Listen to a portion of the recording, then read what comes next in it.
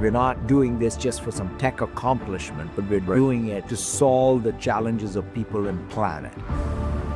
The thing that had been the AI test forever just went whooshing by. We've increased the energy efficiency of computing by 10,000 times. Today, we're launching GPT-5. Gemini 3, Llama 4, Claude, Grok 4. It's the worst it'll ever be.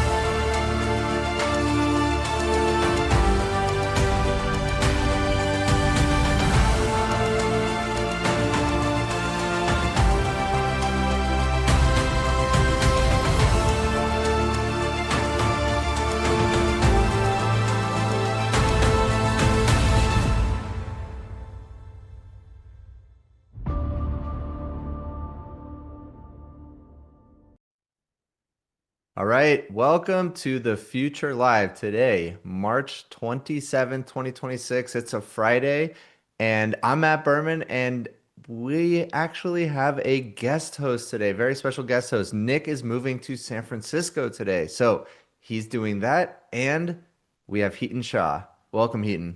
Thanks for having me again. Happy to be here. Welcome back, I should say. That's right. So super excited for our show today. We have a very special guest, Jonathan Siddharth, founder and CEO of Turing. So we're going to talk to him, and we're just going to have fun and talk a lot about all the news stories that happened this week. So I think we should just get right into that. Let's do it. All right. So yeah, the main story or the top story, we're saying goodbye to Sora. Maybe you saw this coming, Hiten, but to everyone who created with Sora, shared it, and built community around it, thank you. So if you're not familiar, Sora originally was their text to video model, maybe the first world model that we saw. But then they turned it into a social network. And then it became obvious Sora and OpenAI, they were just doing so many different things, investing in so many different projects. This is kind of Sam Altman's multiple bet strategy. And then Fiji Simo, the CEO of applications, maybe that title has changed, took over, said, hey, we're going to have a renewed focus now. And so I wanted to get your thoughts, Hiten. What do you think about Sora shutting down? It was a consumer app, and if consumer apps don't grow, they get shut down.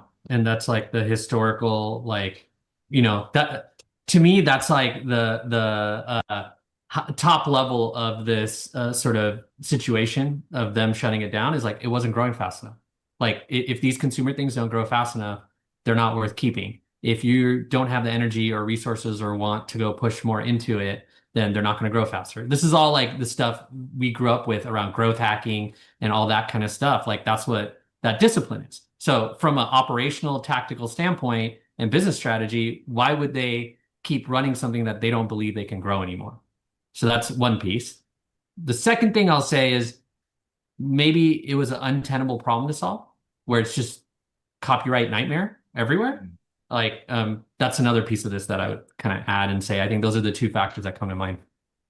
Yeah, I think what's a little surprising to me is they're not only shutting down the Sora social aspect, the social app, but they're not going to offer a video model anymore. And that was really special. I remember when I saw Sora for the first time, I was absolutely blown away. It was truly a physics simulator. And so they're not even going to offer it over the API anymore. I agree with you. I think there's also the function of it was really expensive to run. And yeah, if nobody's using it, why would they continue? But it's just, it was a lot of fun at first. And then, no, I never used it after that. Did you end up using it at all or for a prolonged period of time? It was really fun making videos of friends and putting them in the videos for a minute. But that gets old at some point once you see a lot of it. And then you start wondering whether these videos should even be made. So I think there's like a psychological thing that was probably going on with people because it's such a new thing. One other thing I think that really you're pointing out is, or you hinted at, is like maybe they just don't have enough GPUs for this stuff, and they want to throw the GPUs at other problems. That might be a real thing. Yeah. Oh, it's definitely a real thing. We're going to get to that in a moment. Do you think there's a company that can pull off something like this? And of course, you know who I'm thinking about is Meta. Like, can Meta pull off a social network built around AI? I know they've been talking a lot about it, uh, specifically video, which is incredibly expensive, GPU costly to generate these videos. Is there a market there? Is there a business model there where video generation as a social network can be a thing? I mean, I think YouTube has proven that there's only lightweight social functionality around video that even over however many years that they've discovered, because I wouldn't say it's a social network in the traditional sense. It has social features. So I guess for me, you're gonna find this funny, but like I think we're relying on human creativity going up to Yuck. possibly answer that question, right? Because people have to make things that are worthy of watching. And I'm not sure if that model proved that us making things ourselves with prompting is worthy of watching. So is this like peak slop? Is that what we saw? And all of a sudden we're having this course correction back to human taste, which kind of makes sense actually. I hadn't thought of it like that. We don't want more slop. It's like at some point you get tired of junk food too, right? It reminds me, you know what? It's funny you say that. It reminds me of all those people that tried eating like McDonald's for a month. Like, did we just eat McDonald's while using Sora? Like, is that the same equivalent, right? For a prolonged period of time and then realize it's probably not good for us? Yeah. Yeah, that's so interesting. So it seems like okay, image generation still very popular, but it's very clear when an image is generated by artificial intelligence, at least like most of the time. And then we have video generation where it was really clear. And so there's almost like this lack of appetite for additional AI slop, maybe more sensitivity to it. But these AI videos still go mega viral on Instagram and TikTok. I mean, stuff where, crazy videos that are so obviously AI and they really do very well. And then there's also this entire group of AI influencers that are growing in popularity. Are those bound for the same destiny here, of just kind of people get sick of the slop and they want it back? They want to go back to human taste, human connection. That's a really good I guess my argument I would make is that if it went viral, it's not slop. Like What about the like novelty? Is it like did it go viral because it was novel? And once people get used to it, it's like, okay, what else do you have? well, then we're talking about marketing, right? Like Yeah. channels fatigue over time, creative fatigues over time. So when you were speaking of that, it reminded me of friends of mine that are probably going to be really bummed out that the Sora API is gone because they were using it for their Instagram and all that, and I'm sure they're looking for alternative. And what they had told me when I was talking to them about what models they use and what systems they use to make their AI generated videos, they were saying Sora actually beat everything else. So Sora was really good. It So was I think it's creativity that we're talking about. Again, I think it's just straight up like if someone is creative and understands virality and how to, create a video that people will watch, I think that someone is you as well, right? Like you create videos and people watch them and there's a whole production behind it, topics, hooks, scripts, all that stuff. That hasn't gone away. This is just a tool to help us create things, period. But then if we know how to create things and have the taste and judgment, this accelerates our ability to have, let's say, more of these. yeah. And Yeah. that's real. Yeah, I agree. I love that thought. There's obviously so many people talking about how AI is going to replace artists and video content creators and everybody else. But what I'm seeing is there was this again, like this initial boom of AI and this initial virality around it. But ultimately, we still have to get back to the basics: storytelling, taste, the connection, and yeah. I mean, ultimately, what's like the story is the thing that matters when it comes to video. What story are you telling? Is it a compelling story? And if not, it doesn't really matter. This is just a tool like anything else. Exactly. So I think the other thing that we should mention, oh, that's not it. Let's see. Oh yeah, here we go. Okay. So the other piece of this is Disney uh, had a huge announcement at the Sora release, which is they were partnering with OpenAI. Disney was partnering with OpenAI so that you can actually use Disney IP in the Sora app. And I think you touched on it a little bit, but let's get into it a little bit more. The IP issue was probably pretty significant, and it is very difficult to prevent IP from leaking into Sora videos. It's basically impossible, right? If you can prompt hack a model, which you can, there's just no way to prevent it. These things are non-deterministic by nature, and you can prompt hack them.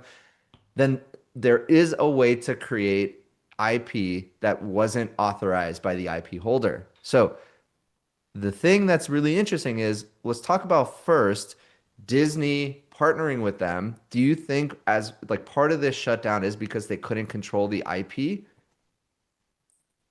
I personally believe yes. I felt that the second I saw it. How do you control the IP? Like how? Like what are the technical like methods that would make all the IP holders happy? And then you just start walking through that and you're like, wait, are you saying you're going to give IP holders access to be able to know when and where their IP is being used across this kind of generation system? That again, it's an untenable problem, probably, and it's probably not lucrative enough with, how much it costs today to generate the video. They were probably all either expecting more GPUs or it to go down in price, or the traction to kind of, inflect or the growth to inflect. Thus, it all just works out, right? The math will work out if you can grow something. If you can't Yeah. grow something, usually it won't work out. And they might have just hit the problem. But I think this licensing thing might be what's actually underneath a lot of this. Yeah. Yeah, I think you're right. If the numbers are there, they're not shutting this down. That like simple as that. So the other interesting thing, very interesting. So according to the information, the shutdown of Sora prompted Walt Disney Co. to abandon a planned $1 billion investment in OpenAI related to a Sora licensing agreement struck last December. That's very interesting. Now, if I'm Disney, I'm like, I still want my $1 billion investment. I still want my piece of OpenAI. But why would they have dropped this? Who do you think initiated the cancellation of the investment? It seems more likely it was Disney, but that doesn't make a lot of sense to me. Maybe Disney just wanted to focus, just like OpenAI seems to want to do. What do you think's going on here? Um, these partnerships tend to be dependent on something very specific. And I think that specific thing just went away. Yeah.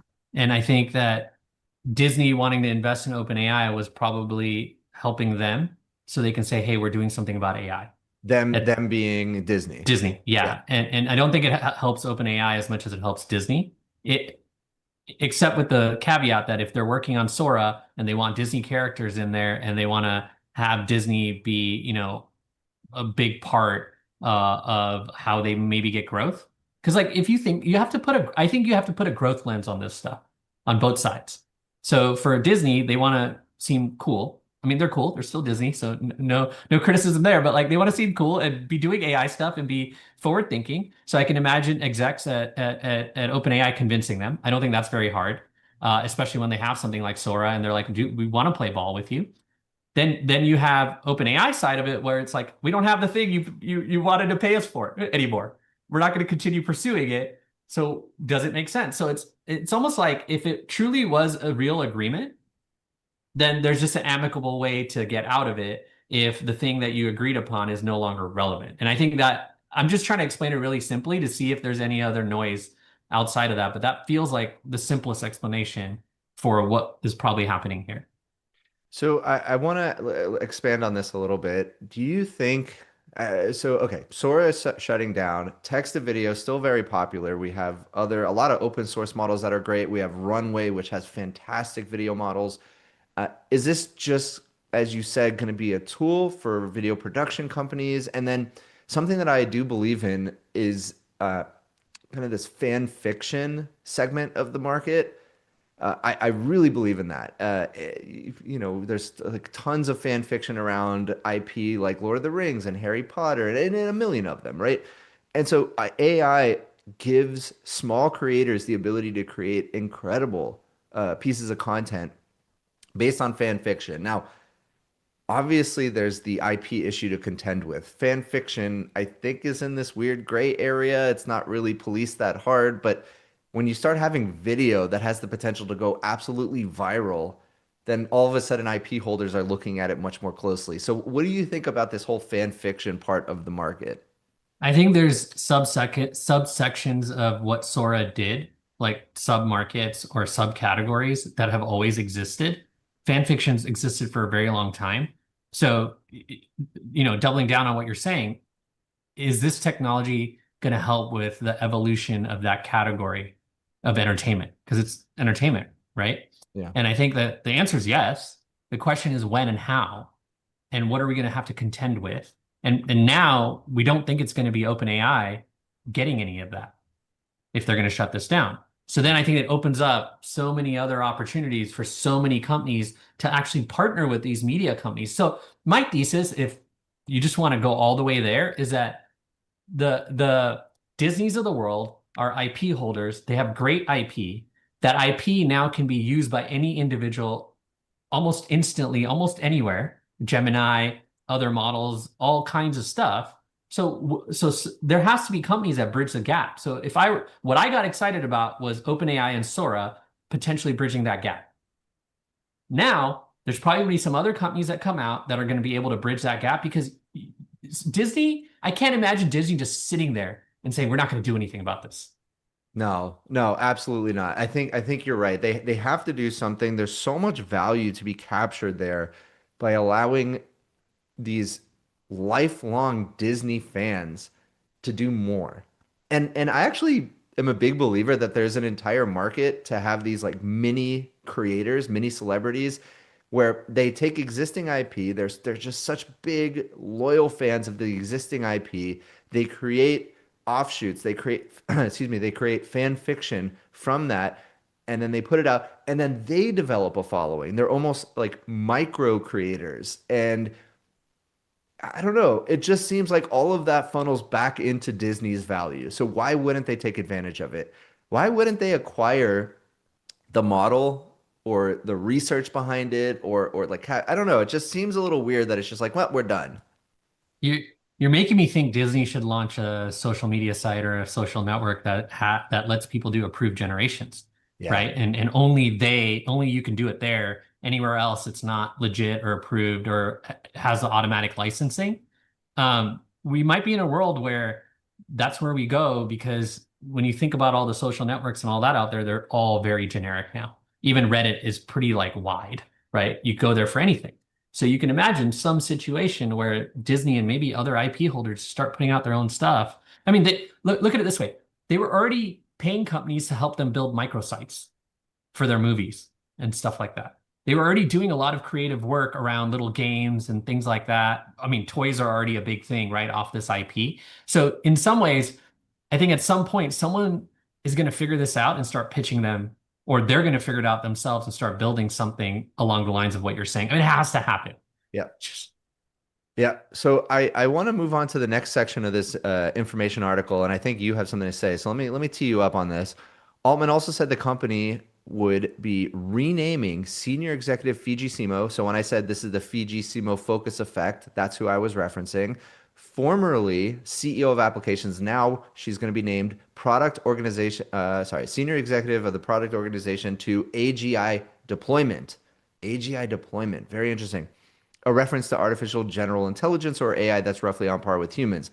Last week, by the way, we can argue whether that's the proper definition of AGI or not.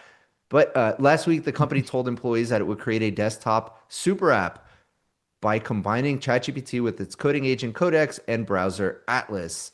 All right, so there's a lot of things to talk about here, Heat, and I want to get your thoughts first on the Fiji Simo focus effect. Obviously, a few weeks ago, she talked about the need for significant focus because OpenAI has made so many different bets. So first, thoughts on that? I think late last year, well, not late last year, probably like mid to late last year, everyone in the labs, everyone's probably a little too pushy, but let's say the folks that were working on the application layer and were like either labs or like let's say a Perplexity comes to mind, or even Google Labs, or I think Anthropic didn't kind of join this race as much, but there was just a race to add a lot of things. That's all I'm trying to refer to. There's a race to add a lot of things. I actually believe Perplexity is a company that actually pushed everyone to just ship, right? That's why we have so many different browsers. I don't know if we need them. That's a different story. And as a result, these companies put out a lot of stuff. But the thing is, if you think about a company and a larger organization, the energy goes towards things that are working. Yeah. Especially when you have so many eyeballs and so many things. So in my mind, the role change or the title change for an executive like this, especially a very senior executive, has to go along with strategic changes in the organization and the company. But I just want to take a quick step back and say this is probably more related to the three companies that should go public this year, trying to make sure that they're able to go public and actually have a successful IPO. And that's OpenAI, Anthropic. Who's the third? SpaceX, SpaceX. Yep. right? And we don't know now. I think there's a bunch of articles coming out, but when I was talking to a bunch of friends of mine that knew about this a few months ago, they're like, might just not be enough money in the market. And you might say, how does this relate to an executive change? Well, the optics in the company was she was responsible for applications. I think you had reminded me of that earlier, which is like head of applications, CEO of applications, or something like that. Now, just take the word applications and now take the word AGI deployment, right? Applications would imply that it's being deployed as applications, probably for anyone, consumers, enterprise, etc. But when you say AGI deployment, you're talking about deploying it for enterprises and businesses more than you are anyone else, right? So this is, again, just almost an optic switch as part of whatever reorg they're trying to do so they can reorient around enterprise for a simple reason that we all know, which is right now, Anthropic has the enterprise in a way that OpenAI does not. Yeah. So let me maybe recap the history a little bit. You call me out if I get anything wrong. I'll try. OpenAI shipping like crazy early last year. I had a little bit of fumble with 4.5. Then all of a sudden GPT-5 came out. It's amazing. Simultaneously, they have made so many different strategic bets. Whether you're talking about hardware or a browser or Sora or XYZ different permutations of their core model. And then all of a sudden Anthropic comes in. Not all of a sudden, but they start to gain momentum, and they are hyper focused from not only a strategic point of view, but also a cultural point of view. And they're just going hard on coding models. Opus 4.5 comes out, Sonnet 4.5 comes out. These models are best in class for coding. But why? Why did they decide to go so hard on coding? Well, it turns out coding allows the company to build tools to train future models. So they are kind of in this interesting flywheel. And then simultaneously, when they're building coding models and they're able to sell to enterprise, that is real revenue, they take that revenue and also reinvest that back into the model creation. So you have all of these different things working. But the real thing I want to point out is their hyper focus. Sell to enterprise, get revenue. Take that revenue, build future models. And at the same time, build tools that allow them to ship models more quickly. And then they're gaining steam. They're getting all the press. And OpenAI looks and they're like, dang, we have Sora. Sora's not really getting any traction, and it's certainly not in the press anymore. Or, hey, we had the Atlas browser, and maybe not a lot of people are using it. I actually don't know that. Maybe we should focus in. And they kind of see the vision of Anthropic, of like those three different pillars of the flywheel feeding into each other. And eventually it all leads to AGI. Like that's the ultimate goal for these companies. And so they're looking at Anthropic, they see it, they see the strategy, the focus, and they say, hey, we probably have to do a little bit of this. We have limited compute. We are already we already have this internal tension between product and research, but now we're also having the tension between all the other different products that we're launching or have launched and need to support. And so they made the very smart decision to start paring down their offerings and focusing their compute.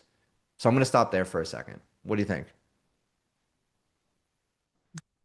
It all tracks, right? If one company figured out what the loop is and what the growth model is, and what you're saying sounds actually really good, and I think a lot of people had the theory, but Anthropic has put it in practice, and the numbers are showing it. So, and again, we don't know if we'll get to AGI this way, and like you said, the definition of AGI, but overall, I think your thesis makes a lot of sense, and I would say that like if Anthropic has figured it out, then OpenAI has to too. But I'll still go back to the fact these companies are trying to go public, and we have to really like understand who they're appealing to.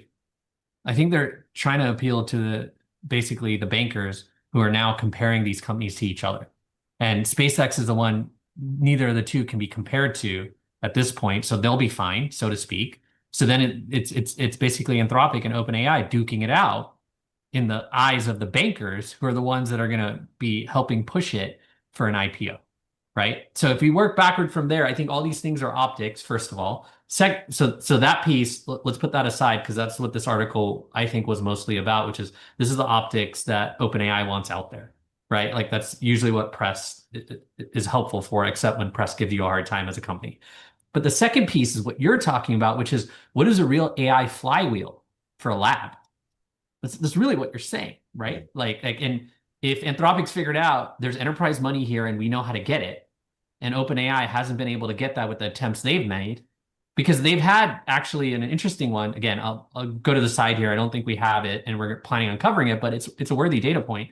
Is that it finally came out that the ads that OpenAI had in ChatGPT were not working for the advertisers. And I only say finally because if you're in the marketing circles and you start talking to CMOs and stuff, you start hearing stuff about the results of the Super Bowl ads or, compared to the OpenAI ChatGPT ads that they launch. And it's finally out that they haven't worked yet. There's a lot of arguments to be made, early platform, all kinds of things like that. Fine. Let's put that aside. We're in a world of now. These companies have tried, these big companies have tried, these CPG companies, et cetera, have tried ads. The ads have not worked. So that can't be something that OpenAI goes out and says, hey, this is going to work. This is going to scale. This is how we're going to make more and more money. So then what's left? Because if it's not ads for consumers, it's direct monetization with consumers. OpenAI doesn't want to be in that business, except they already are with ChatGPT, and they have the lion's share of that. So then what else do they do next? And Anthropic seemed to have just sideswiped and said, no, we care about enterprise more than we care about consumers. That's kind of the feeling I get as a both consumer and a work user.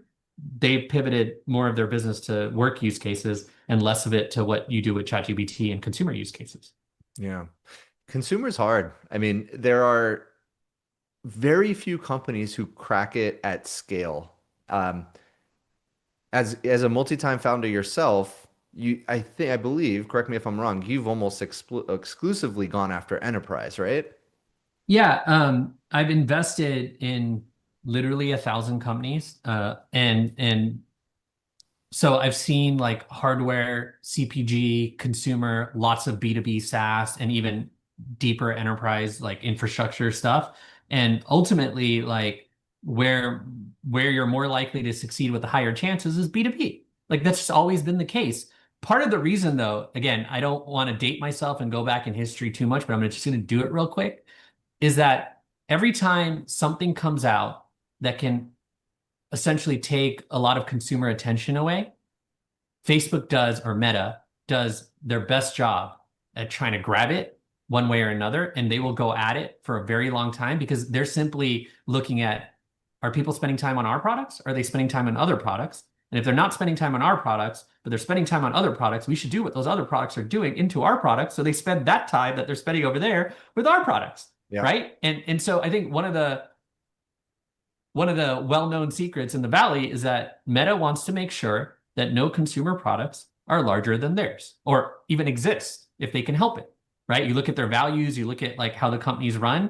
They're not inventive of this type of stuff. They're finding things out there and doing it. I mean, I don't know if you talked about this, but the Moltbook acquisition by Meta Oh kind yeah. of signifies their strategy in some ways.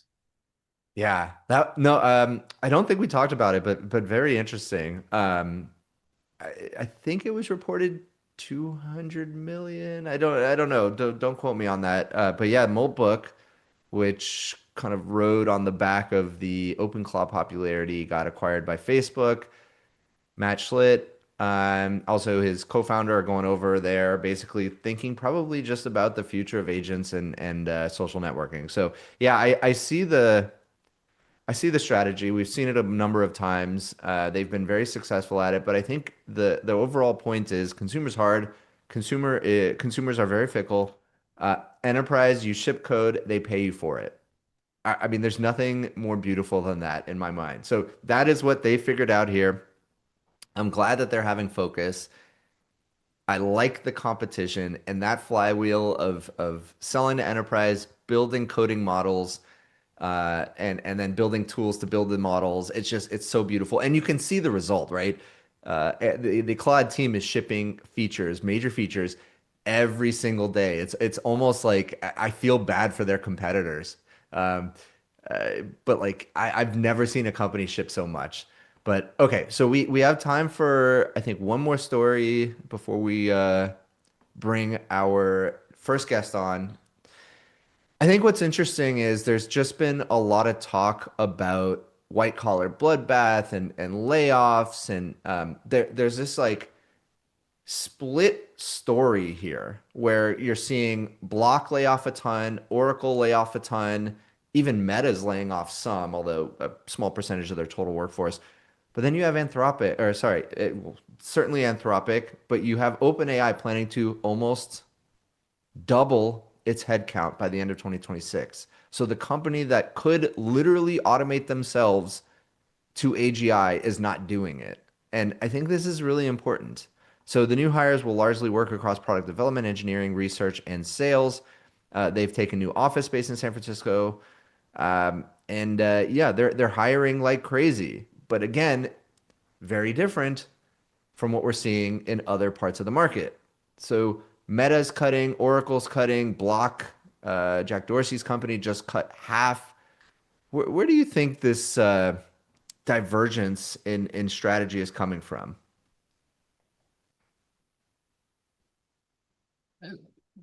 One, it's companies at different scale, right? And companies that have been around longer and commercializing longer. And so I think the strategy, it also goes back to optics, right? Like one example, and this is just very simple example. One reason Meta might be cutting it, and I know this was a relatively small cut, but right before this, they did a much larger cut, I believe, not too long ago. Reality But Labs. Yep. yeah, what I was going to say is if they spend so much money on Reality Labs and it hasn't produced the kind of revenue the company wants, and now the company's investing in data centers and a bunch of other stuff, and the company's getting a lot of legal heat at the same time, and there's fines coming for them, they have to do something to save money. And they have to do something to explain to the market they're saving money. I know there's other reasons, but that would be the first one I would say that I would throw when I look at an article like this or look at some of the things that are happening and try to compare the two. I think they're doing it for different reasons. Like OpenAI has to say we need more money because we're going to hire more people, right? And we're going to go after enterprise and we're serious about it. Meta basically needs to say that regardless of how much money we're going to be spending on things we didn't expect to, or things that are like fines or other things like that, or that we've spent in the past, we still want to spend money in these areas. Well, can you justify it if you have all these costs and fines and things like that? You have to let people go. Yeah. Yeah. It's I have to give props to Zuckerberg. He is just forever in founder mode, right? I mean, he can turn this tanker ship of a company around on a dime, right? I believe he still has complete control over the decision making of the Yeah, company, right? He has oh shoot, voting rights. The voting second, rights, yeah, right, right, super voting class, rights. class, yeah, super voting rights. Yeah, Correct. that's like, oh man, that's And for anyone watching that doesn't know, that means that the founder has like 10x the votes for each share compared to every other investor, roughly Yeah. speaking. You don't hear about that very much anymore from like other startups doing that. That was very much a like what was that like the 2000s, late 2000s, early 2010s, founder shares, super voting rights. That was huge, but eventually when you started getting to Series A, Series B, Series C, your board would say like, "All right, relinquish those." But Zuck kept it throughout till today as a top 5 most valuable company in the world, or I think. Um, and yeah, he's still leveraging it. So massive change into VR AR, then another massive change away from it into spending billions and millions of dollars on AI. So he is just throwing his weight around, and there aren't many companies of this size that can change course as quickly as Meta. And so shout out to the Zuck. I mean, they make like $20 billion a month. I think some number like that. Don't quote me, but that's a lot of money. Yeah. It must be nice to have this like money printing machine as you're going out and making all these crazy bets, right? Google has that luxury as well. They are printing money like crazy, so they're like, okay, well, let's subsidize our AI costs, let's invest in our own silicon, let's do all these bets. OpenAI, kind of back to the focus, and Anthropic cannot do that. They don't have the cash cow. They don't have the greatest the greatest cash printing machine of all time known as Google AdSense, right? They don't have that stuff. So they have to be more precise. They have to be more mindful about the bets that they make. And so Meta does have it though, right? They make a ton of money, as you said. Well, All right. and that's why the incumbents don't need to focus in the same way that the startups do. And I think that's the lesson a lot of these companies are learning in 2026. That's right. Um, so Heaton, I think we should bring on our first guest, Let's do it. um, our only guest for the show. So Jonathan Siddharth, founder and CEO of Turing, which is an AI infrastructure company. They are valued at 2.2 billion, and they know and invest a lot into creating data for AI. And so we're going to learn all about that. Jonathan, welcome to the show. Thanks for having me, Matthew. Nice meeting you, Hiten. Nice meeting you too. All right. So, first, for those who don't know, give us an overview of what Turing does and how you started it. Right. So our mission at Turing is to accelerate superintelligence advancement and deployment. So we want to accelerate superintelligence in a way that drives real economic progress. And we do that in 2 ways. First, we work with all the frontier AI labs to generate the highest quality data, RL environments, evals, to improve the models in 3 areas: coding, enterprise, and frontier STEM. And in doing that, we become a differentiated deployment partner in the enterprise, where we work with companies like Apollo, Goldman Sachs, BlackRock, Fiserv, all these big companies, and build end-to-end AI systems where we have almost like a Palantir for AGI tech business. And by building these systems, we see where these models and agents break and use those learnings to help improve the frontier model. So the models become smarter. Then we solve even bigger problems in enterprise, see where things break, do error analysis, use that to inform our data strategy to improve the frontier models, and execute this loop. So we're building the superintelligence accelerator by being a trusted bridge between research and deployment, between frontier AI and enterprise AI. And on the frontier AI side, we work with like all the frontier labs that build these world models, as well as a whole bunch of neo labs now, these smaller models that are, or rather these labs that are taking non-LLM based approaches to building superintelligence. So it's super fun to operate at both of these ends of the spectrum. So Jonathan, Heaton and I spent the last 20 minutes talking about Anthropic and OpenAI and their, Anthropic's original focus on coding models, enterprise, and coding tooling. And then now OpenAI's renewed focus on those same things. And it almost overlaps identically with what you just described as the focus of Turing. So why, like, tell us what your thoughts are. Why did you decide those are the areas you're going to focus on for RL, for data creation? And talk about the broader market and this kind of focus away from consumer and really on the enterprise. Yeah. So Matthew, I mentioned three things: coding, enterprise, and frontier STEM. And I think those three are critically important for AI to drive real economic progress. So starting with coding, automating coding is the key to, so coding is important for a few reasons. Number one, automating coding is the key to accelerating AI research itself. I mean, one of the reasons, I mean, Claude Code is so good now, and OpenAI, Anthropic, DeepMind, Meta, all these are customers of ours. Our data has gone into improving many of these models. The It is such a competitive advantage that the top labs, I think some of them are already doing this. They restrict access to their coding models um, into some of the other folks building models Yeah, too, yeah, because we've that's seen how much of Anthropic do that pretty aggressively. an accelerator that is. So number one reason, if you believe that the fastest path to superintelligence is to automate AI research itself, then you should care about coding. Second, there have been some research that shows that when the models improve in coding and math, they actually improve in out of domain performance in other areas that have nothing to do with coding. So coding seems foundational to general intelligence in ways we don't fully understand. So the models improve in coding benchmarks. They also end up in physics, end up improving in physics, chemistry, biology, and some of these other areas. Some researchers believe it's because coding trains people to think step by step, be much more logical, think of a plan, think of in coding, you kind of learn some different frameworks for problem solving that perhaps transfer, but that's a little more hand wavy than I'm used to. But empirically, it seems to work. The third reason coding is important is Hiten, you and I probably remember this from like a decade or so ago, this whole thesis of software eating the world, right?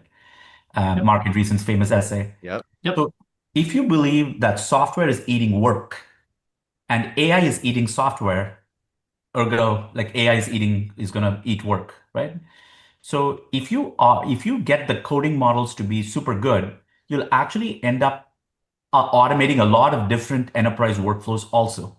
A lot of tasks actually break down into solving coding as a subroutine.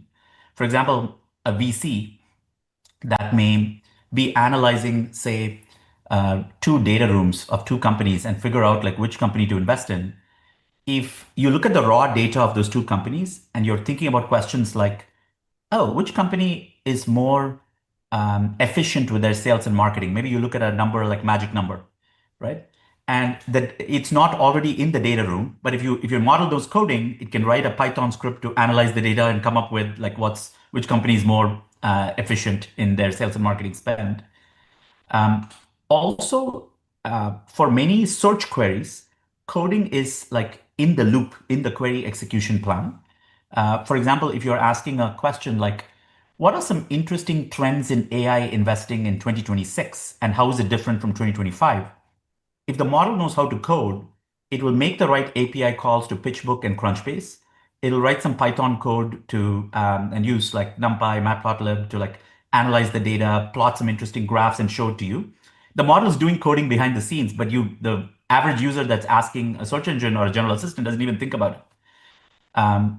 And when we all know how important tool use is for AGI. When the model has mastered coding, it can create its own tools. It's literally the ask a genie for infinite wishes. So coding is really foundational. That's why we prioritized coding right at the start. And Turing's DNA is in coding. The second is enterprise. In enterprise, I think of it like this four-dimensional matrix. Think of every industry we know, like financial services, retail, healthcare, life sciences, etc.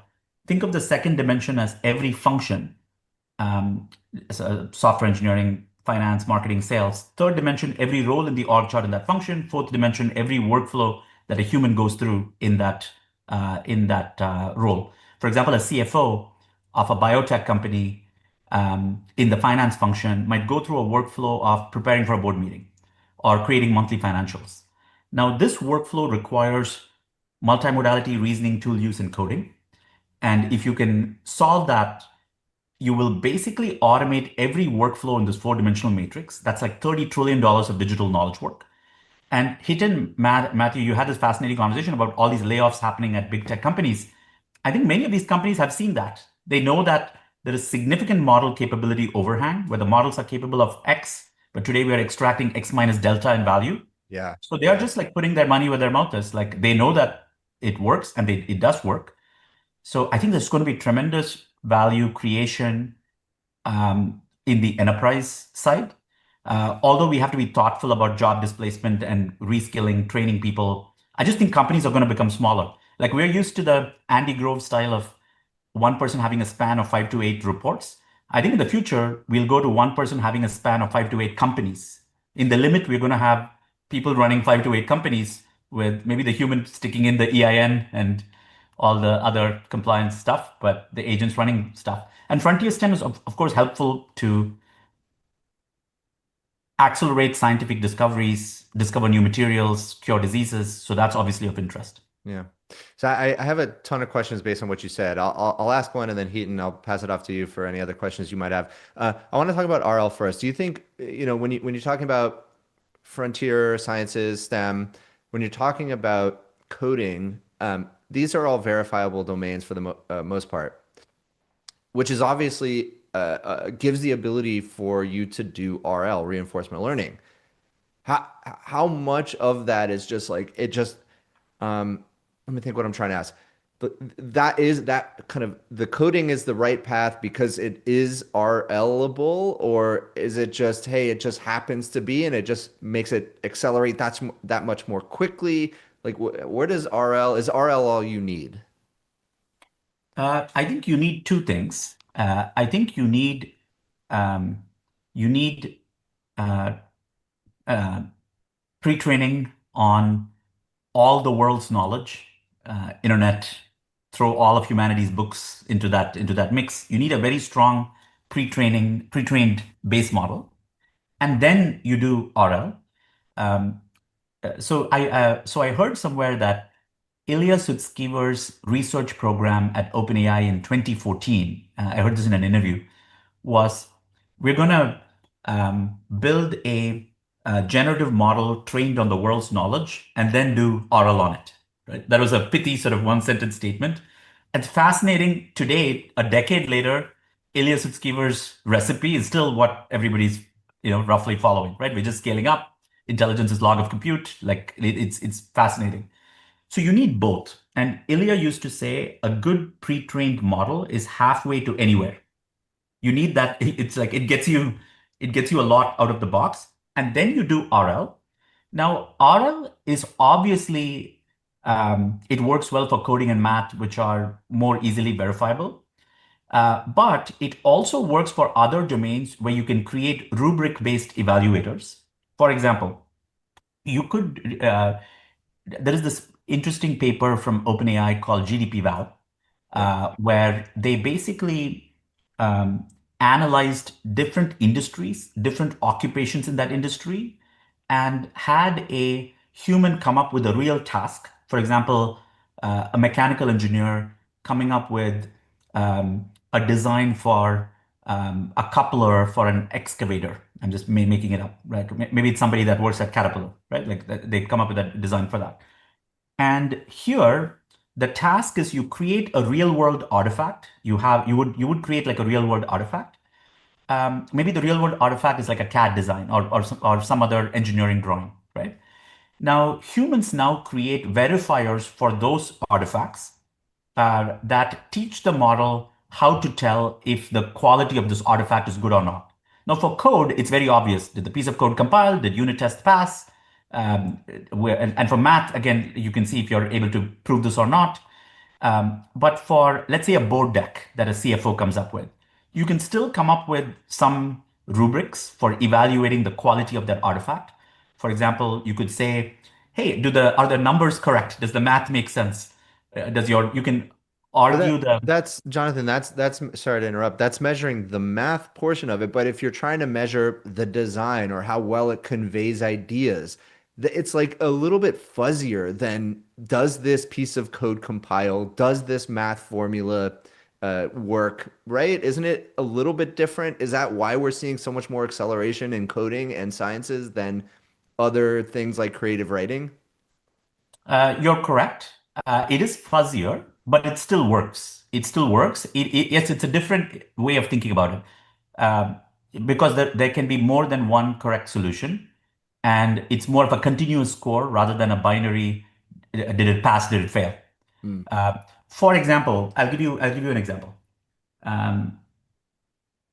Imagine somebody is drawing a systems diagram, like an engineering systems diagram for a software engineering project. And if I asked you to come up with a rubric for evaluating that engineering systems diagram, right? It may not be super obvious what you could do, right? Like, how do you detect if this diagram is correct or not, or a good diagram? But I thought about this for like a minute. Perhaps one thing you could do is have an LLM create a verbal description of this diagram, just looking at this diagram, and compare that verbal description to the rest of the supporting text that you have around the diagram. So and look at some sort of distance measure, like cosine similarity or some other distance measure between how you went from image to text and the text that you had. That would give you like a fuzzy measure of, is this diagram communicating the architecture that the prose is trying to communicate, right? For a sales meeting that happened, was it a good sales meeting? I can define a rubric that says, oh, was the talk time balanced? Was it 50-50? Did you have action items that come out of it? Did you objection handle things the right way based on the sales script that exists? Do you have the next meeting set up? And an LLM as a judge can parse that out from the transcript of a meeting. So there are more things that you can create verifiers for than might be immediately obvious. But you're right that code and math has a faster loop, and you can do it more automatically than with here you need kind of humans to come up with the rubric. For example, for this interview, we could come up with a rubric for how you might come up with a rubric. Okay, I wanted to cover these topics. Did I cover these topics or not? And we could fit it. Got it. So you're in the data business, right? Yes. Would you say that? So Yes. Data and RL environment business. I mean, you can think of RL environments also as data, but we build RL environments for all types of enterprise workflows. yeah, that makes sense. But without the data, it's not as valuable, right? Having an RL environment. Correct. Correct. So I guess in your business, what do you believe is the future that keeps you folks competitive? I know a lot of folks say data is the moat and things like that. Since you're in the data business, I figured asking you that is probably a good thing. So would love to understand how you think about that. What do you think keeps Turing competitive? Yeah, like if you're in the data business and you're providing these RL environments, is data the moat? How do you stay competitive long term with that? And then the words that came to mind every time someone mentions RL, I go straight to just synthetic data, just as a thing, right? Because I've found a lot of success in my own sort of work with using synthetic data and finding ways to create very accurate or seemingly accurate synthetic data. So if data is a moat and we can make synthetic data, what does that mean for Turing? Like in particular, which really just means what does that mean for the future of data and RL environments, right? Yeah. So I think data and deployment is the moat, not just data. I think so firstly, let's talk about RL environments. When we ship an RL environment, we actually use a ton of synthetic data. We also try to create RL environments automatically as much as we can, but it's not fully automated. But an RL environment usually includes prompts, verifiers, and synthetic seed data with real expert humans who are designing these prompts and verifiers. So humans are involved in generating RL environments. It's not so automated. because you need these domain experts who know those enterprise workflows to come up with the prompts and verifiers and what's realistic seed data that you might want to have. And then we have a workflow that Dockerizes it and ships it to our customers. So I would, one way I might phrase it slightly differently, Hiten, is let's call it human data and purely synthetic data. Okay. Right? And I would say like today's state of the art is that humans are involved quite heavily in almost all types of truly valuable data. There is some stuff that you can distill and train, use a stronger model to teach a weaker model. That stuff is fine. But to move a frontier model forward, you do need human data. Right. And I believe that the human data business will be alive and well for the next 20 years. Jonathan, I want to jump in. Yes. It's so interesting what you're saying right now. Human data. So my understanding is that the frontier AI labs have almost completely saturated, or really have completely saturated, the amount of data on the internet, the human created data. And now we are only looking at maybe data behind paywalls, data behind auth walls, and like these are small sections of the internet.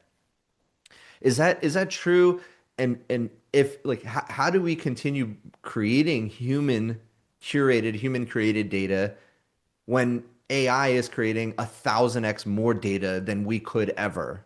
Is it all going to be kind of based on synthetic data? And yeah, so like how does that look going forward? And have we used up all the human data so far? No, we haven't. So I would say you're correct, Matthew, that all the we've eaten the internet and we've eaten all of the books and all the sort of licensable content. That data is done. Like the models have eaten all of that, right? The stuff that traditionally goes into pre-training, that's done. Right now, the data that's missing is two types of data. Number one, data that exists in the minds of smart humans, like Matt, like Hiten. This data does not has not gone into the models. So we need expert humans in every field of economic activity to be on platforms like Turing and generate that data. For example, Hiten, you were just talking about you having invested in 1,000 companies. Um, if I asked you a question of how do you evaluate a founder, or what are the biggest risks a founder, biggest failure risks that a founder might have? I mean, you've been a successful serial entrepreneur before. Your answer is so rich, and you may not have written a detailed blog post on the internet that talks about your reasoning chain for evaluating a founder. And you're also learning and growing every day. Like your knowledge state also changes. The only way those tokens in your biological neural net make it to a model is if you're on a platform like Turing and we compensate you for your time, and we transfer intelligence from human minds into machine minds. We distill human knowledge and skills into LLMs. That's missing. That's why Turing's growing so fast, and we're hiring like these smart humans in every field of economic activity. And The Jonathan, second, oh, please continue. so that's one type of data that the models haven't seen. The second type of data that the models haven't seen is deployment data, like real data. This is how Turing differentiates from other data vendors, because many of the data vendors in our industry just sell data to the labs. We don't just sell data to the labs, we build. We are like building systems with Goldman Sachs, Apollo, BlackRock, Pfizer, Pepsi, etc. And in real enterprise deployment, you see where these models fail. And there are unwritten business rules they don't understand. There are file formats they don't understand. As any of us that's actually used models and agents to do the work knows. Like I'm automating the CEO's job at Turing. Like I built like a crazy system with Claude Code. And I can tell you there are things that the models do well. There are things that they don't do well. The models have to touch reality for you to know where things break. And in consumer, we've done that. Like ChatGPT, Gemini are wonderful, right? And they have a nice feedback loop going. In enterprise, that feedback loop doesn't exist because you can round down the enterprise adoption to zero today, like in the S&P 500. Notwithstanding all the amazing work Anthropic, OpenAI, and other companies do, it's still like tiny. I talk to these enterprises all the time. There's so much more headroom for like what could be done versus what's done. That data is missing. So that's why Turing focuses on those two things. So number one, export human data on the platform. Number two, real operational data that comes when you deploy systems. And actually, there is a third. We have this,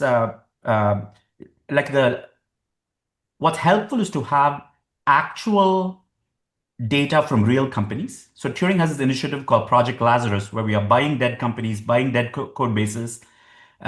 Like imagine all the email assets, Slack That's assets, code assets. interesting. We call it Project Lazarus because we are resurrecting the spirits of these dead companies. Yeah, yeah. There could be this company that maybe didn't have product market fit 10 years ago that died, but I think it's kind of neat that we are. I mean, there was some, probably some really hardworking founders who tried to do something that for some reason didn't work, but we're making sure that their intelligence lives on in GPT-20 or Grok 30 or Gemini 75. It's kind of cool. Jonathan, I have dozens of failed projects I am more than willing to sell you. That sounds great. So that Uh, future builders can learn from that. And I love that idea. I'd never even considered that. I want to, one more thing. You were talking to Hiten and you were saying there are expert humans out there with a bunch of knowledge in their head that hasn't been transcribed into text, that hasn't been shared with the models yet. Does that put Meta and XAI in a uniquely distinct position to leverage their social networks in which tons of human data is being created every single day, tons of human knowledge is being transcribed every single day? Does that give them a distinct advantage? And why, I guess, perception wise, do they seem like they're behind? uh, Firstly, I like all of the frontier AI labs. I Of think course. it's all of them, and I think we're still all relatively early. There's a long way to go. And it's also less, Matthew, about the quantity of data. It's about the quality of data. Uh, and what data that's high quality is data that breaks the models, where the models don't necessarily do a good job. So the social networks that you're talking about have an advantage in terms of more data that could go into pre-training.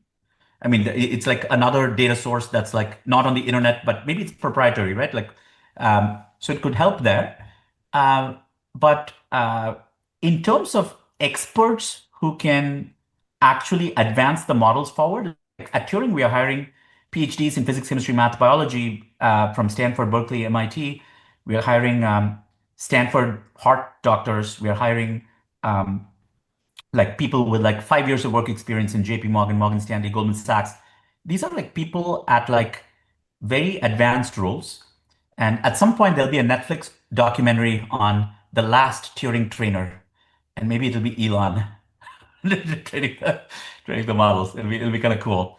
We'll have high revenue concentration. All our revenue is coming from Elon on Turing. That'll be kind of fun. So so my point is there is 20 years worth of human data progress ahead of us. Every year, as the models get smarter, the type of human intelligence that needs to go in will change. But I don't think the need will go away until AI can do everything better than humans. Um, and at that time, I think I think we'll just be in a world of abundance and it'll be wonderful. And I still think like humans will be insanely creative, solve big problems. We'll just operate with massive leverage. Great. Yeah, I'm glad to hear that you're an optimist, because, obviously there's a lot of discussion about AI automating jobs away, but it sounds like you're hiring experts more than ever. So we're not quite there yet. And yeah, glad to hear you're an optimist. Thank you, Jonathan, for joining the show. You can find Jonathan on X at John Sid, JONSIDD, and go get hired at Turing, Turing.com, and go sell your failed projects to them as well. Jonathan, thank you so much. Thanks Thank for you, coming man. on, Jonathan. Thanks, Hiten. All right. So super, super interesting. I could have probably asked him 1,000 more questions. Synthetic data just feels a little wonky to me just because it's all derivative. And if it's derivative, are there truly novel ideas coming out of synthetic data? So I've been thinking a lot about that. But then I don't know if you saw this, Heaton. Jensen was just on Lex Friedman's podcast, and he was talking about synthetic data and how, yeah, that's certainly the future, and how really most data, even human written, is synthetic in some form. It's some regurgitation or derivative of existing ideas. So it's interesting to think about. I think what Jonathan described it as was we might make synthetic data, but we're using human judgment to judge the synthetic data. That's kind of the workflow that I heard. I kind of asked him that to hear how he thought about it and if he's thinking about it that way. He's also in the business of selling human data as well, but also the environments. So I thought one of the most fascinating things about how he described it and his thinking about it is that there is always the way I would say what he said about synthetic data versus new data or versus data or human data is that there's always new data being created. And right now they're at that kind of not last mile, but they're at that place where all the data has been consumed by the models. And so the most relevant data, if you want human data, is new data or old data that was hidden away that has not been consumed. So the Project Lazarus, I've had a million questions about that from him because I've heard We'll have a to lot bring of it back on. I've actually heard a lot of startups entertain that.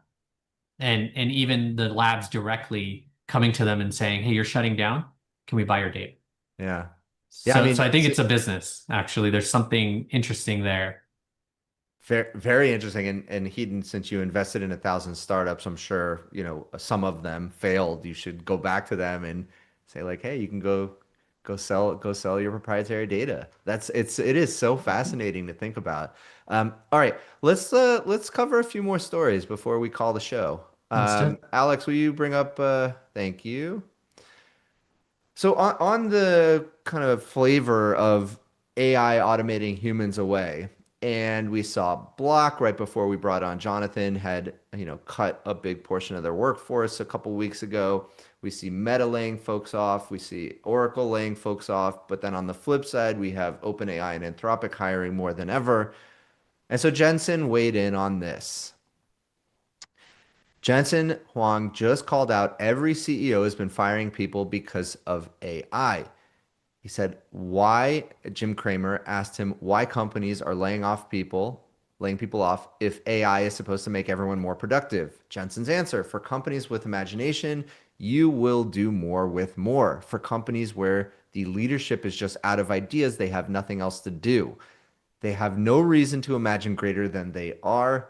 When they have more capability, they don't do more. And I think this is spot on. I forget who told me this, but he asked me a question. Are all the problems in the world solved? And if the answer is no, you can keep growing as a company, right? And I think that was just so accurate. And it just makes me think about these layoffs are really a ZERP era bloat trimming more than anything. So I wanted to get your thoughts on this, Heaton. Do you agree with this? Is there infinite market for a company that is smart and imaginative, to use Jensen Huang's word, aggressive? What do you think? Um,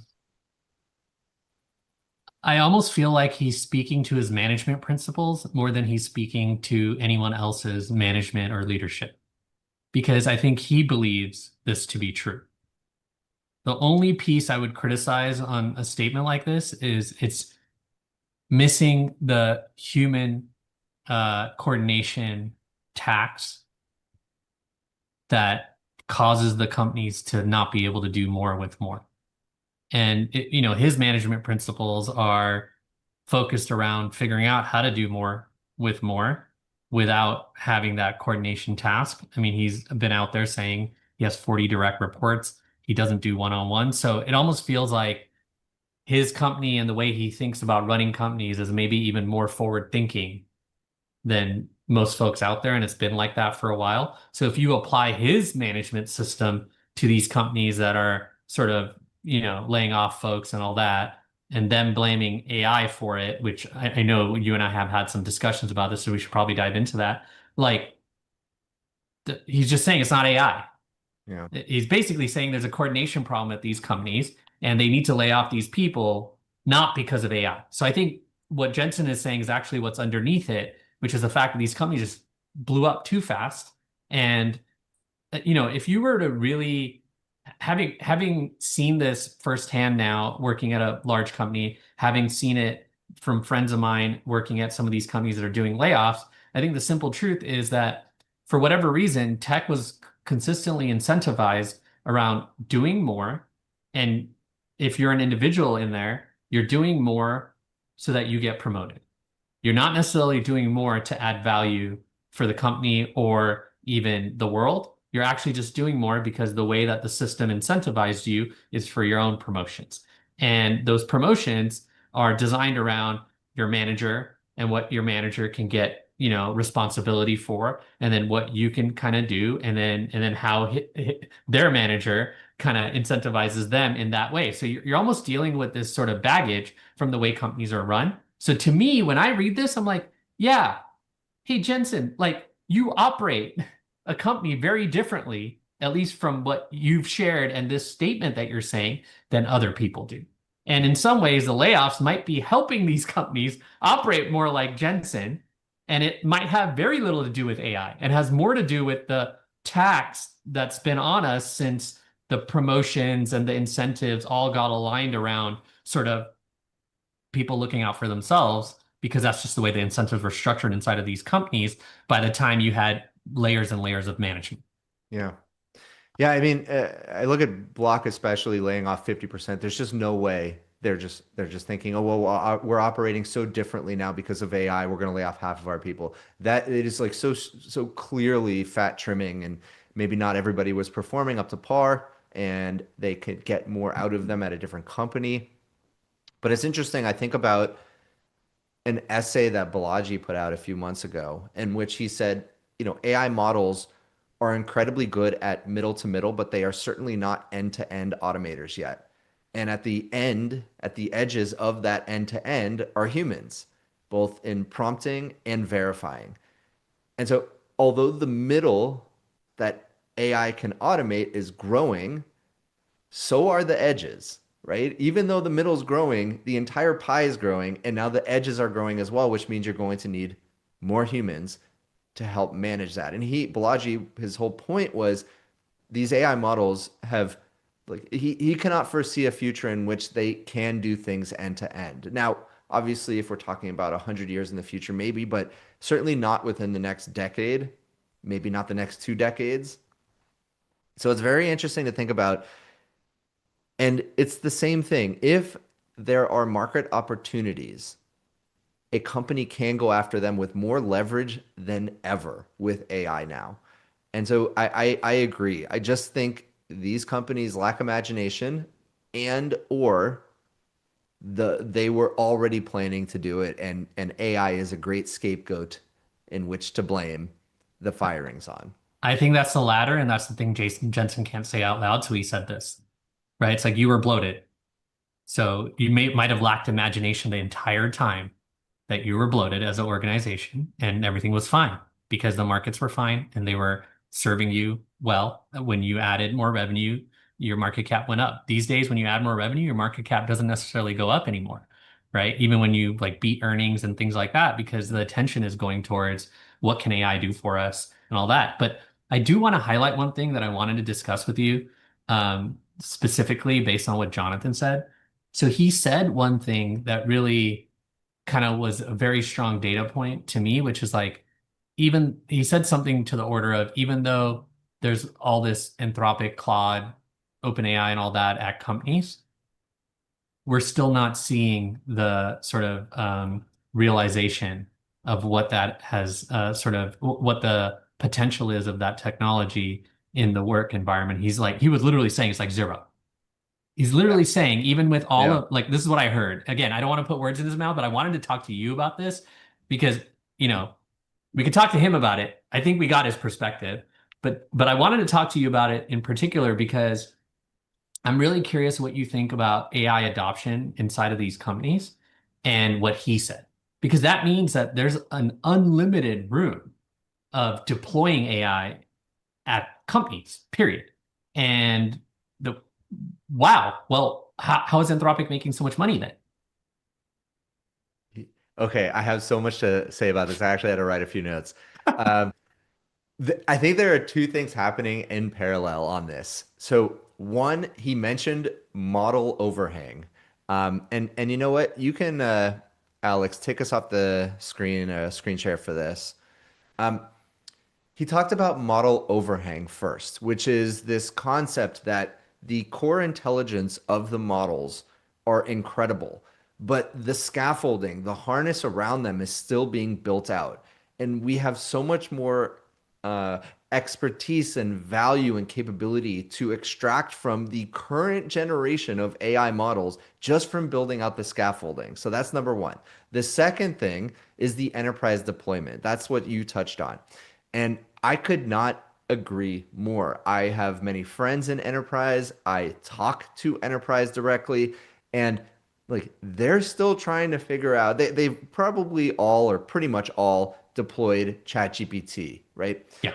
But they are just scratching the surface on what's possible for automation and agents. And Heaton, you and I could probably talk about agents for an hour after this. But the point is, the stuff we're doing, because we're on the frontier of seeing what agents are capable of, we're still scratching the surface, let alone what the enterprises are doing, which is not even scratching the surface yet. So I think these two things happening in parallel, which is there's so much more harness and scaffolding to be built, and then taking that and showing enterprise actually how to do it. There's just like enterprise has a long way to go, to put it blandly. Yeah, I think there's just a big gap between, I mean, you know, you mentioned this earlier, and I've talked to some people about this recently. You mentioned that like Claude and the team there just keeps shipping new stuff every day, right? Yeah. The number of people that I've talked to, like literally 100% of the people I've talked to that use it are like, they're shipping so much. I don't even know how to keep up and even use any of the new stuff. Yeah. And I'm Totally. like, they're shipping all this amazing stuff. I try to use as much of it as I can. A lot of the things I'm noticing that they're shipping are things that people like you and me have either been doing or playing with somehow. And then they incorporate it fairly quickly into the core Cowork or Claude Well, Code product with that's the the meme, right? They're building OpenClaw. yeah. What OpenClaw, a bunch of other little tricks that I've seen. I've seen Yeah. them implement from like some random open source, thing I saw. So it's really impressive how they're thinking about it. But then I don't think they're meeting the market yet, because the market is sitting there saying, and the market of their users is sitting there and saying, "Wow, I can do all this, but how do I do it?" Yeah. And I think we're hitting a world where like that gap. I thought we were gonna like. I guess it makes sense why it's widening. I think it's widening and it's not narrowing, because the more that the technology can do, the more that it can do. Yep. But then the more there is opportunity to go implement it, and then you kind of get stuck. I think even like there's even like and this is something I know you've experienced because we've talked about it, but like I I find it really wild that like if I'm right on the edge of trying to improve a workflow or do something, within a few days or a week, I'll see something that I had figured out, and now it's either productized or put in something else, and I'm like, oh, so it's almost like there's this collective sort of set of folks, whoever they are, that are trying to live on the edge and try to bring that more to more and more people. And I don't know if it's just, oh, basically what I'm trying to say is I think there's an unlimited capacity, and gap, and the gap is widening. And I don't actually think that's a problem. I think that's just the nature of the technology that we're dealing with. Yeah. I'm going to double down on what you said. The gap is widening. And let's tie it to how fast Anthropic is shipping. I don't know another company on the face of the earth that is shipping as fast as they are. And there's a reason for that. Because they are on the frontier of deploying the technology internally, right? Enterprise companies outside of Anthropic and maybe a couple others, they're not even close. So not only is Anthropic deploying the stuff internally, but that allows them to ship more quickly. That allows them to then deploy it back more quickly. And it's kind of that flywheel that we were talking about earlier. And it's clear that they have figured it out. Now, when they start to document it and create training programs and education and some of the stuff that we're doing on this channel, like enterprises will start getting those crumbs, and then they'll start kind of deploying more and understanding how to use these technologies to do more.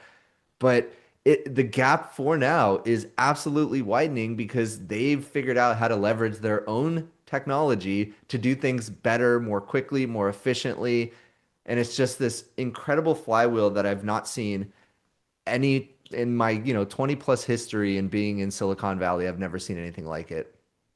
You know what came to mind? I know you've sold to enterprise before and built products for enterprise. I have too, and maybe more than I want to admit. And like one of the funniest things is they hate it. They meaning the person who's reliant on a workflow or a product. They hate it when the product changes.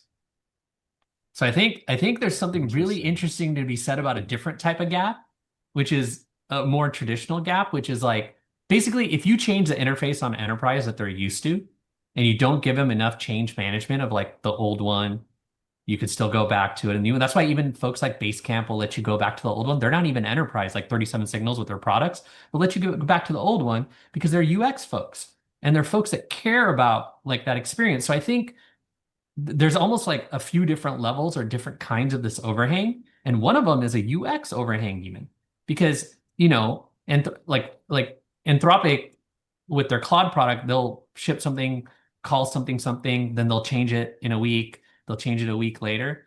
The enterprise today doesn't know how to consume that, digest it, and then deploy it inside of their companies. And it's not like Anthropic has enough humans to help them do that. Maybe that's why OpenAI is going and saying, hey, we're going to double our headcount this year, right? Adaptability as a skill set is becoming more and more valuable. And that's something that I'm thinking about. How do I teach my kids, right? How do I teach my kids about adaptability? How do I teach them to be curious and to explore and to think about what other things, what can I change about myself? What can I change about my work? Obviously, they're not working yet, but like, how do I get them in that mentality? And so when you look at an Anthropic or you look at an OpenAI, and they're just the way that they develop software is completely different than anybody else, even other companies on the frontier. It's just very different. And I talk to folks at other software companies, more legacy software, enterprise software. They're reluctant to adopt some of these techniques. And so I've even, I'm not trying to, talk shit about companies, but I think some of them are, a lot of them are still writing code by hand, which is like, for us on the frontier, it just seems absolutely wild to think like, oh, I'm still writing code by hand. And I think they're just very reluctant and very unwilling to adapt to what is clearly the current state, let alone the future. So you're right. There's this premium being put on adaptability, I think now. And so as you think about as an entrepreneur, as whoever's watching as an entrepreneur, as you're thinking about who you're hiring next, think about adaptability as a core skill set. And how do you even interview for that? I think the hack a lot of folks like at Rippling, Parker Conrad at Rippling and other folks have done is we're just going to hire founders.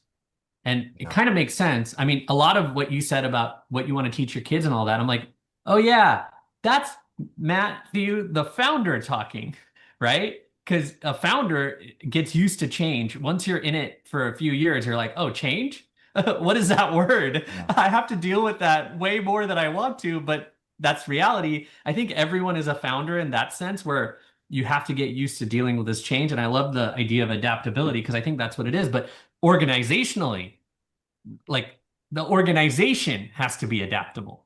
And I think that's where the challenges are going to be on the next step. Another thing that Jonathan said that I thought was worthy of some discussion was, and it clicked for me even more when he said it, probably because of the way he said it and how he's describing it.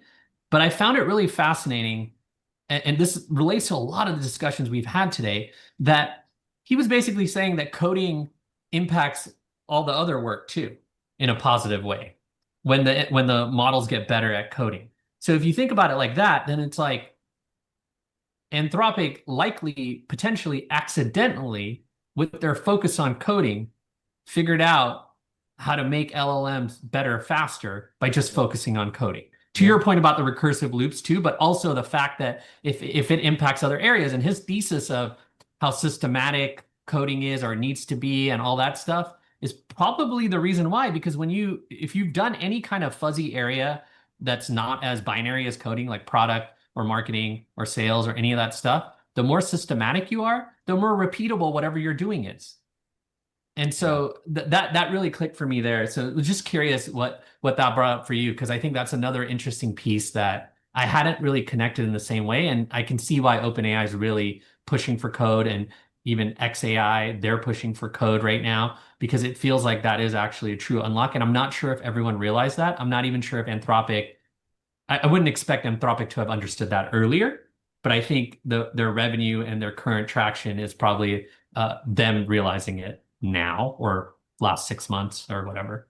I suspect they were probably the first of the frontier labs to realize it, and then OpenAI certainly realized it, but it takes a little bit to start to kind of reorient the training ship around this, like, hey, let's focus on code and let's start uh, defocusing on areas that aren't as important. And so yeah, I think you're 100% right. Code, he mentioned Mark Andreessen's software is eating the world essay.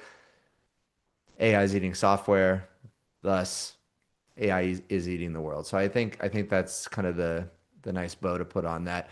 Alex, can you pull up my screen? Let's talk about a couple more stories.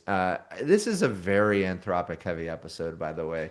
Heaton, we don't usually talk about Anthropic as much, but look, they're everywhere right now. So let's keep on Let's with do it. the theme. This is Tariq.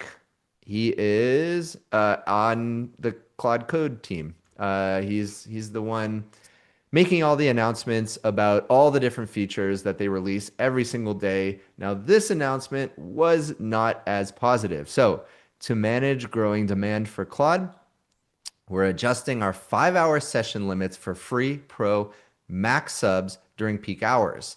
Your weekly limits remained unchanged. So, what is the actual gist? This is it. You'll move through your 5-hour session limits faster than before, aka they are lowering their quota. And like, as somebody who blows through their quota all the time, this hit me directly. Now, I think the interesting thing is we've landed a lot of efficiency wins to offset this, but 7% of users will hit the session limits they wouldn't have before. I guarantee you, I am in that 7%. I guarantee you, Heaton, you are in that 7% because of the way that we use agents with our Claude subscriptions. That's really who they're targeting with this update. Now, there's a lot here, and I want to get your thoughts on this, but I think the question I'm asking is this because their demand is just surging, and is this because they don't have enough GPUs? I don't think they've ever had enough GPUs. If you use the product, especially the consumer product, enough, not even Claude Code, I don't consider that exactly the consumer product, but Claude Code, Claude Cowork, I know it's consumer, but the core product, if you use it a bunch, like for what you would use ChatGPT for, you see a lot of limits and a lot of things that you normally just don't feel right. They don't feel like that the team would have intentionally wanted the product to work that way. It's hitting limits here and there and all that stuff. So I think the first thing is we're GPU constrained. They are definitely GPU constrained. And then if you look at all the charts of their revenue growing and the demand is incredible for them. So, but the thing that Tariq said here that kind of got me to your point too about who they're targeting is if you run token intensive background jobs. And so it's almost like, and again, I don't know the solution to this, but this is what came to mind. How many of those token intensive background jobs are actually valuable? So are they really just attacking value in a really weird way? Because I don't know how to, there's so many people I know, engineers, non-engineers, that have dozens of projects that are not complete, but they're halfway done. And I think this is kind of a form of that, which is, are those background jobs really worthy of running? Should they run? And that's, I think, underneath this, I feel like the real problem is we're running things, we're using these tokens in ways that maybe we don't need to, and we shouldn't be, and there's waste. And I don't know if anyone wants to admit that or say it because it goes back to their own judgment, their own taste, their own motivations, all that kind of stuff. But that's kind of what I feel underneath this, especially as I talk to more people about how excited they get with starting stuff. I mean, this is why companies like Lovable have such high churn.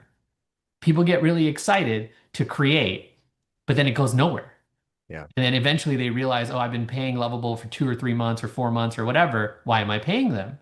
I just built this thing and I want it, but I'm not going to do anything with it. Wait, do I really need the thing? And Yeah, then they and delete it. Heaton, I mean, as a multi-time founder yourself, this is kind of a sentiment in Silicon Valley for a long time. First of all, ideas are a dime a dozen, execution is everything.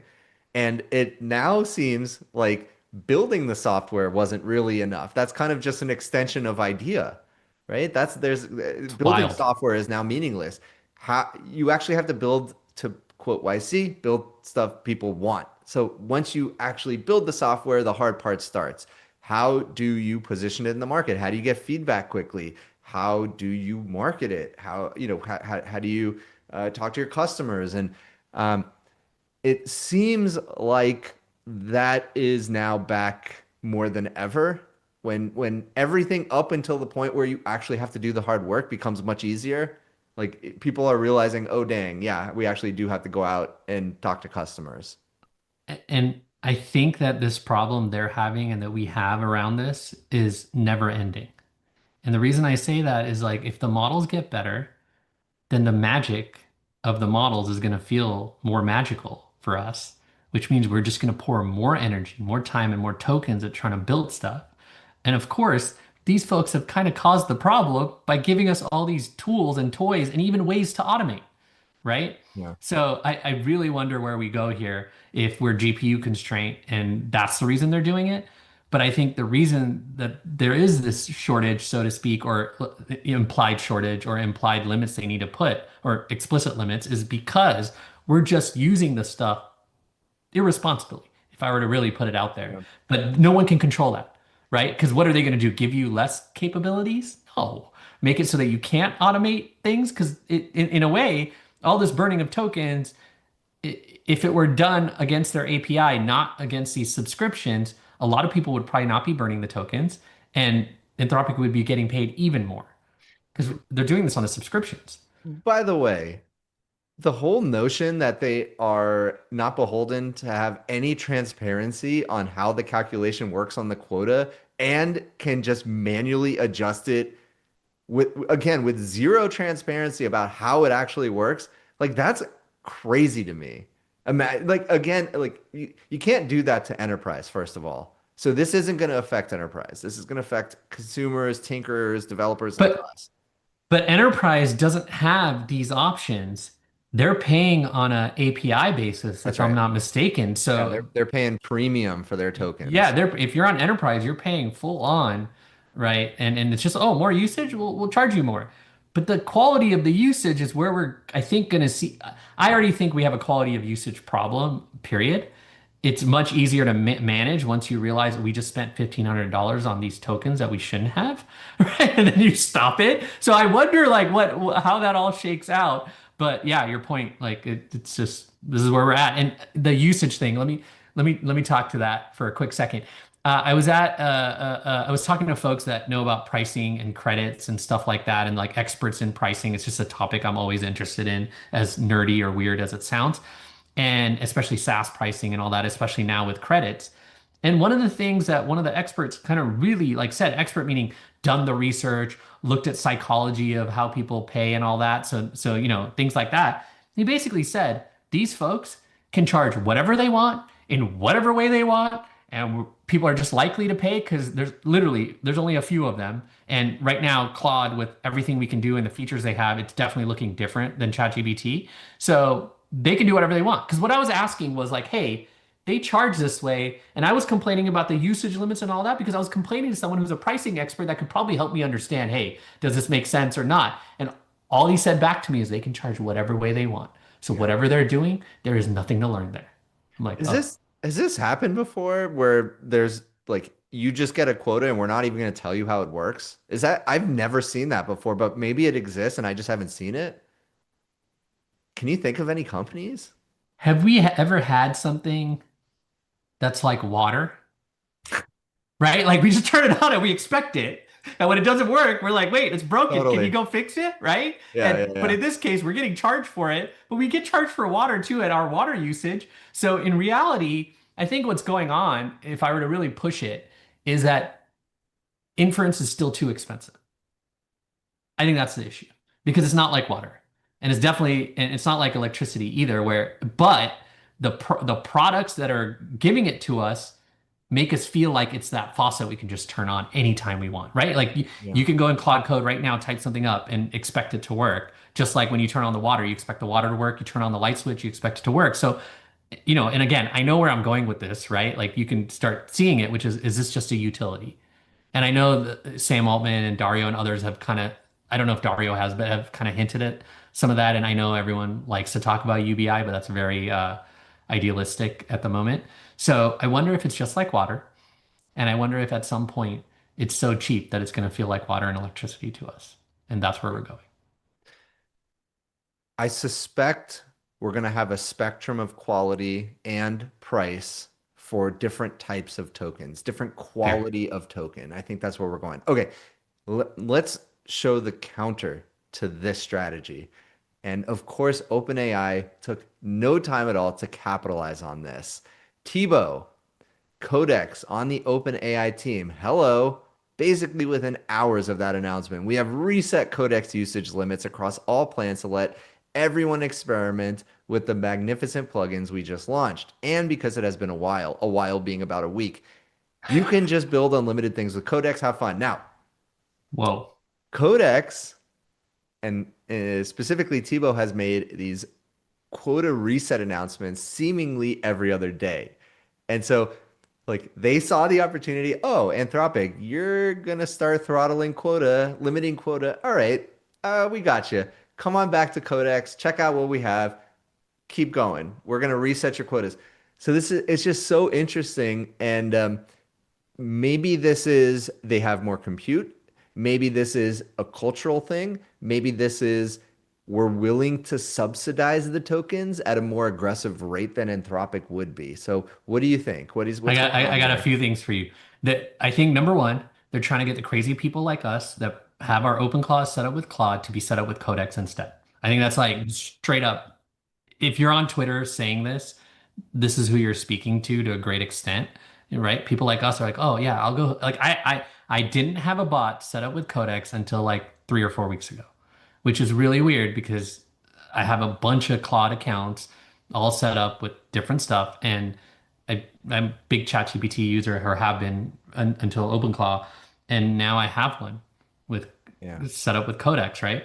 The other thing I wanted to say, another random data point is one of the engineers I work with pinged me 3 days ago, and he's like, "Hey, I think we need to use Codex more." And I was like, "Okay," like because we've been using Cloud Code, have a max account or two, and he's like, "Yeah, I think we can do a lot more with it." And why do you think he's saying that? He said that because of this kind of stuff. So in my little anecdotal world where we've been 80, 90% Claude Code in that business, the engineer is telling me, hey, let's go get a max account for this business and let's go max it out, so to speak, or a Claude, I'm sorry, a Codex account or a ChatGPT account so we can use that. So I think there's, to me, anecdotally, that feels like the strategy is smart on their end and it's working. But back to your point, I'm not sure if we know why Anthropic is throttling and OpenAI is not. And in fact, OpenAI is going the other way. And it's probably simply like you said, they can. And Anthropic might not be able to. Yeah. But they Look, have all those TPUs coming from Google, don't they? who does? Anthropic, I believe. I think so. They have a deal, right? And I think Google's even like kind of bummed out about the deal from something I read in the news. Anyway, I don't have the news, so maybe we shouldn't get into that. But So GPT-5.4 is excellent, but Opus 4.6 is just okay. I just have an affinity to it that I don't have for GPT-5.4. A lot of people talk about 5.4 being better at coding now through codecs, maybe, but like there is nothing like hitting that fast Opus 4.6 fast max thinking and just seeing the tokens spit out. And oh man, I just love it. Now, to just put the bow on this story. So, Daniel Stiegman, formerly of Klein, now works at OpenAI as a response, a reply to Tariq's message. Thank you. That's all he had to say. Tariq handled it with grace. Lots of demand for agentic coding to go around. Excited to see what you guys ship next. Took the high road. Daniel, not so much. I love it. It's so funny to me. He could have just said you're welcome. That would have Yeah. been fun. But funnier. But like, yeah, I mean, they're good. You know what? Competition is always great for the consumer. Yeah, absolutely. And I feel that way. I feel that way with the leapfrog of model quality every other week. But you know what? I think this is actually quite reflective of the cultures of both companies. Anthropic, very much like tunnel vision. We're getting to AGI and super Yep. intelligence. We're not going to focus on anything else. Daniel and OpenAI team, hyper competitive. Like, oh, you dropped the ball a little bit? We'll pick it up for you, buddy. So I just thought that was really fun. That's awesome. All right, Alex, you could take us off screen. I think we're going to wrap up the show right there. Hiten, thank you so much for joining today. Really, really appreciate it. It was a lot of fun. Want to thank everybody. So I'm just looking for my notes. Want to thank our guest, Jonathan Siddharth, founder and CEO of Turing. Go check out Turing.com. Thank you to everybody who watched. Please go follow us on X. Go follow us on other social networks at Forward Future. Hiten, where do they find you?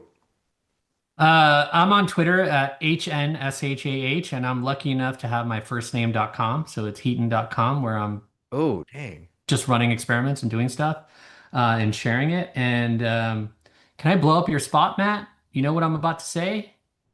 Maybe. I'm not going to sing. It's Matt's birthday, everyone. Yeah, that's I'm right. not going to sing. I almost did it, but I'm not going to sing because then I'd just be singing. Yeah, But either way, that's right. happy We would sit birthday. here- We would sit here Happy awkwardly. birthday. Thank you, Heaton. I appreciate that. Yeah, been a blast as always. Thanks. You're gonna have to co-host again. Follow us forwardfuture.ai as well for our newsletter, and we'll see you next time. See ya.